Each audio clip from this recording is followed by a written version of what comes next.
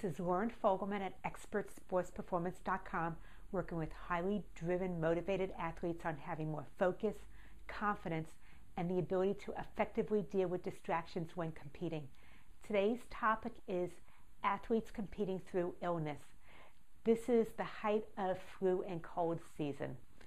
And there's going to be times when you might be asked to step up to do the job, compete, even though you might be feeling under the weather.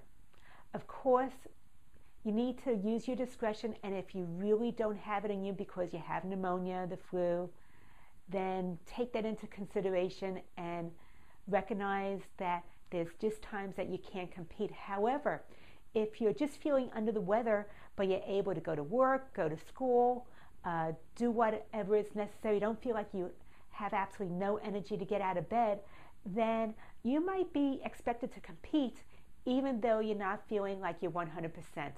Therefore, what are the strategies that occur when athletes are in those situations, whether it's the Olympics, the World Games, professional athletes?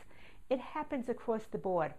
Just recently, I was working with a swimmer who was telling me she was going to compete in the 500-meter freestyle, even though she was having a cold, and she was concerned about not being able to breathe during her competition. So I took her through the paces and want to show you what we focused on together to formulate a new game plan for her competition. The first part was optimizing your energy. When you're feeling under the weather, you feel like you have a limited amount of energy. Therefore, it's about being really truly focused and not doing anything extra, not being as social as you would possibly be, being more in yourself and focused on exactly the job at hand. Therefore, really think about how you want to contain your energy so that when it's time for you to step up to the starting plate, you're able to do that. The next part after optimizing energy is efficiency. Once more, you only have a limited amount of energy to give when you're feeling ill. Therefore, you want to be able to really decide how you want to use that amount of energy.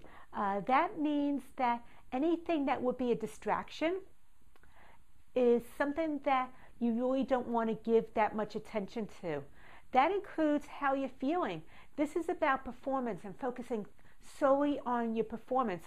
Therefore, distractions need to be put away, since you don't have as much emotions to give, because people tend to be a little bit more withdrawn when they're not feeling well. That actually works to your advantage, because when you're not as emotional, you're going to be more laser focused on the job at hand, and that's going to improve your efficiency. So really just focusing on what you need to do to get the job done, and that's it. And that will help set you up for being able to compete to the best of your abilities, even though you might be feeling under the weather. And finally, focus. And focus, as you know, is about really being in the moment, present, focusing on what you need to do here and now. That's about really pulling it all together and not thinking about things, how you're feeling, about the competition, about anything else, but just the job and the challenge in front of you.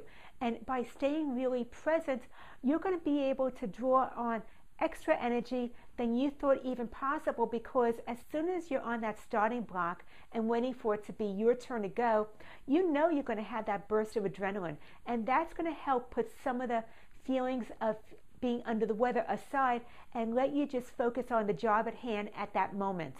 But recognize that when your competition is over, you're going to probably feel extra tired. So really do what's necessary for self-care so that you don't deplete yourself and take even longer to recover from feeling ill.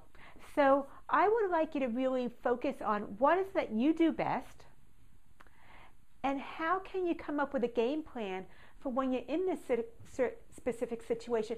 You're going to be able to take it and go and know exactly how to stay focused, stay in the moment, and not expend too much energy.